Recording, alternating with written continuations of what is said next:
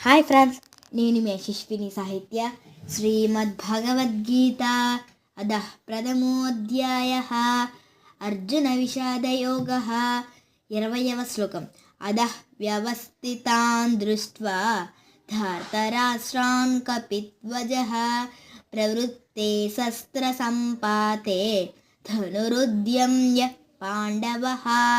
మహీపతే, ఓ రాజా, అధ అనంతరము కపిధ్వజుడైన పాండవ అర్జునుడు వ్యవస్థితాన్ యుద్ధసన్నద్ధుడై నిలిచియున్న